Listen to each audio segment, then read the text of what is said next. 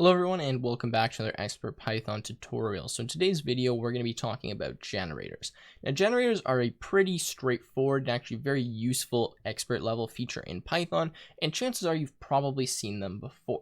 Now before we get into generators, I do need to quickly mention that this series has been sponsored by Kite. So Kite is the AI autocomplete for Python that I've been using throughout this entire series and just through my daily coding. You can see that when I actually start typing something, we get these nice suggestions popping up from Kite with the little kite icon here. It is just the best Python autocomplete. It works very quickly and actually saves you quite a bit of time and works for other modules that aren't just built-in Python things. So it's pretty useful. If you guys want to download it, there's a link in the description and it's free. So, go ahead and do yourself a favor if you do want that autocomplete.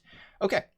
So now let's get into generators. Now, actually, before I discuss generators, I want to show you the problem that generators help us solve. So we should understand that in our computer, we have a finite amount of memory, a finite amount of RAM.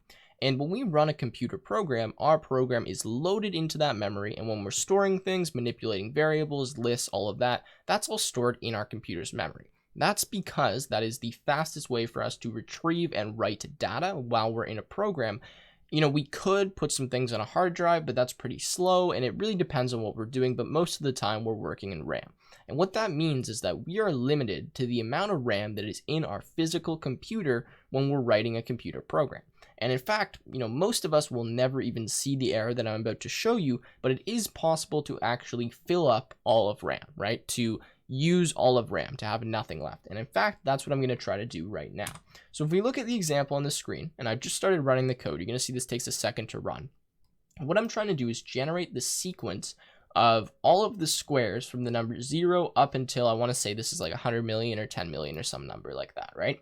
And then what I'm going to do is loop over all of those numbers and print them out. And you're going to notice that very shortly, yes, and there we go, we get the error. We get a memory error, which essentially means that, nope, we can't do this. These numbers are too big. We don't have enough room left in memory. We're not allowed to use that much space. No, that's not allowed. So how do we go ahead and how do we fix this? Well, this is where we use a generator. Now, before I actually create a generator, I want to look at something here. If all I'm doing in this specific application is just printing or processing, say, one value at a time, which is what I'm doing when I'm looping over this list, right? One value at a time, I'm processing it. I'm not accessing other values. I don't need values that are in the future. I don't need values that are in the past. Then is it really necessary for me to create a list like this to loop through? And the answer is no, obviously, right? In fact, what I could do is replace this for loop with just a print statement, right? So I could replace this entire thing. Actually, we'll just do it down here. So let's say for I in range, and then we'll just type that same number, whatever, that's close enough. And then what I can do is print I at the exponent 2 like that, right? And this is the same thing. And this is the idea behind generators. This is not what we're going to do precisely to generate this sequence, but generators allow us essentially to look at one value at a time and to not store the entire sequence of numbers when we don't need to do that. And I'm actually going to code out our own kind of generator pattern here that just uses a class and some dunder methods to illustrate what's actually happening inside of a generator when we use it. Now, I understand that most of you probably still don't know what a generator is, but after I write this class and start showing you, hopefully this should make sense. So what I'm going to call this is just gen, and what I want this to do is the exact same thing that we did before, where it's going to generate a sequence of all of the squares up to some number. Let's say that number is n. So in this case, I'm going to say, let's define underscore underscore init underscore underscore, let's take self, let's take n, let's say self.n is equal to n, and then let's say self.last is equal to 0. So this is going to be the last number that we generated the square for, and we're going to use this variable to keep track of the last number we generated the square for so that we know which next number to use, and I'll show you how this works. We're going to define in this case, we're going to do a dunder method, so underscore underscore next. It's going to take self, and what it's going to do is return self.next. Now, I know we haven't defined self.next yet, but we're going to do that now. So define next self. And in here, what I'm going to do is generate that sequence that I did before, except I'm just going to do it using these two variables. I'm not going to do it using a for loop like we had before and storing everything in a list. So what I'm going to say is rv equals self.last to the exponent 2. So this is saying our return value is going to be equal to whatever this last number is that we have to the power 2, right? So we're going to find the square for that.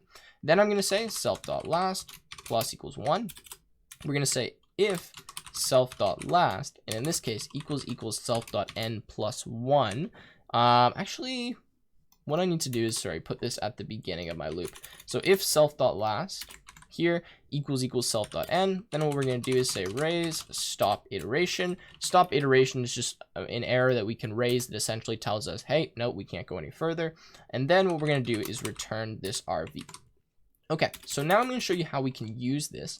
So this we can actually use in a very similar way that we were kind of looping through the numbers before. And we're going to say, in this case, g equals gen. Let's say we want to loop up to, you know, some massive number like that. And now if I want to actually loop through this entire sequence, what I can do, and I mean, some of you are saying, oh, this isn't big enough. Okay, let's go bigger. We'll say while, in this case, true, we're going to say try print the next value of g, right? And what this underscore next is allowing me to do is call this next function or method or whatever you want to call it on g here, and we can print the value.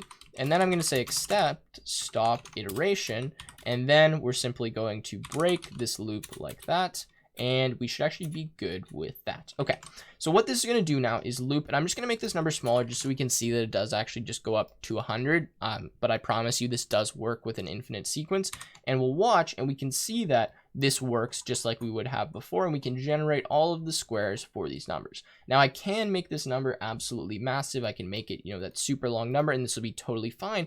And in fact, that's because we're not storing all of this in a list where we're storing all of the previous values.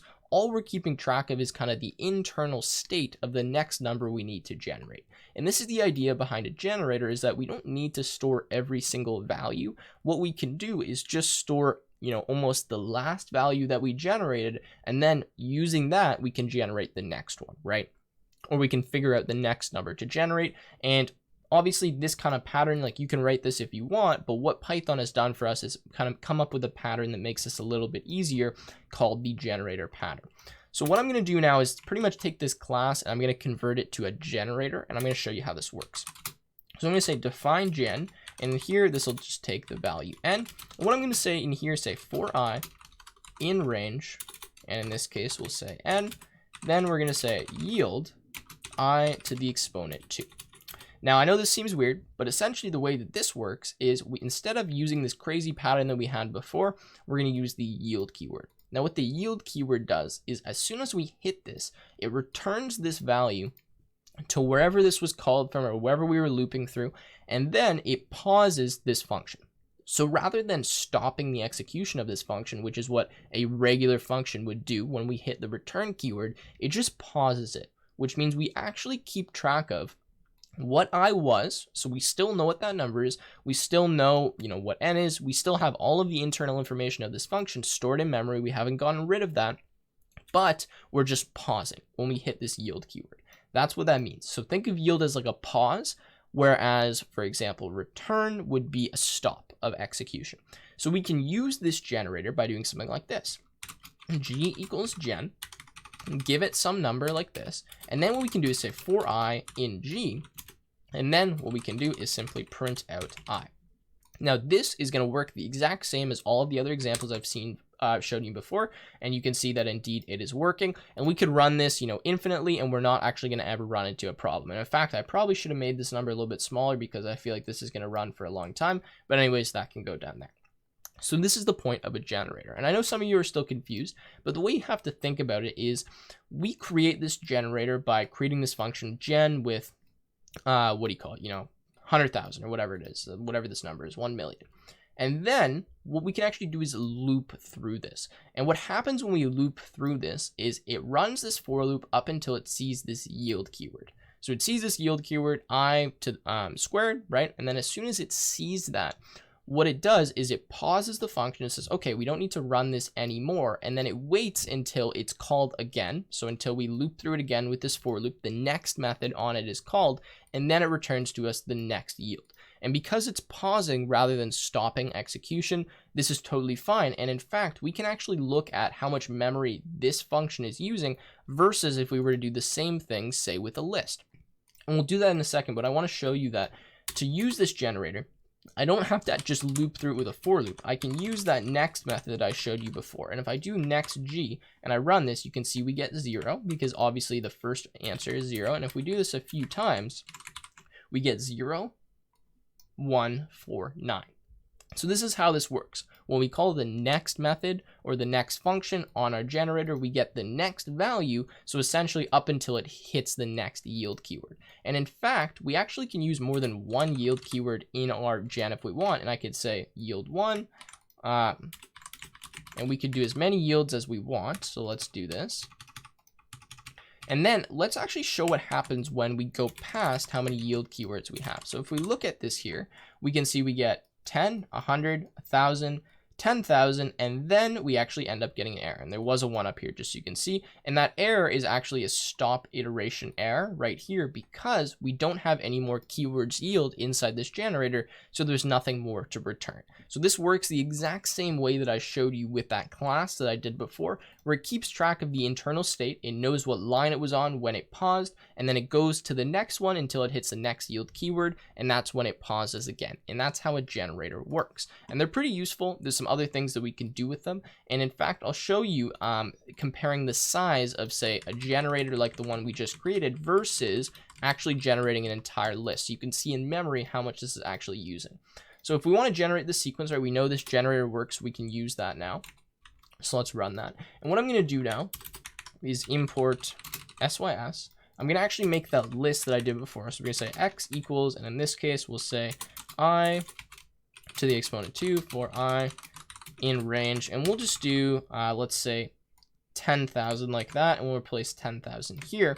And now what I'm going to do is just print out the size of both of these. So I'm going to say sys dot get size of, and in this case the first size we'll look at is x, which is that list, and then we'll get the size of g, and I'll show you the difference in memory. So what this does is tell us how many bits, or actually I believe how many bytes, are being used by whatever object is we pass in. So in this case the list, and in this case the generator, and you're going to see that we have a substantial difference. So this first list is using 43,816 bytes to generate and store the sequence, whereas our generator is only using 64. So you can see that this is really a crazy optimized way to be able to generate, say, infinite length sequences. And when we don't need every single value in the sequence at once, we just need it one at a time, which is what we're doing when we say loop through something, then it's much better to use a generator to generate this sequence for us. Now, there's a lot more that I can show you with a generator. We can close a generator, we can stop a generator, we can send values to a generator, but I'm going to leave that for people that are a little bit more advanced. The point of this is to introduce you to this concept of the generator, whereas when you're programming, think about, say, if you're going to make a massive list like this with a bunch of values, do I need all of these values? Am I using one value at a time? Am I looping through? Am I printing it? Am I adding it to something? Or do I only need, say, the last value and this value, or a few values? And obviously you can make your generators more complicated than a simple for loop. You can do some more complex computations. You can store variables inside of here, because remember that this yield keyword just pauses the execution when this generator is called. And what that means is that I can loop through this first generator, say, 5 times, and then somewhere later in my program, continue looping through it, and it will, resume where it left off. And that's a useful kind of construct. It's hard to show any examples in this, short amount of time, but hopefully this gave you an idea of when you would use a generator. So with that being said, I hope you guys enjoyed. If you did, make sure you leave a like, subscribe to the channel, and as always, let me know if there's any other expert level features you would like to see in the comments down below.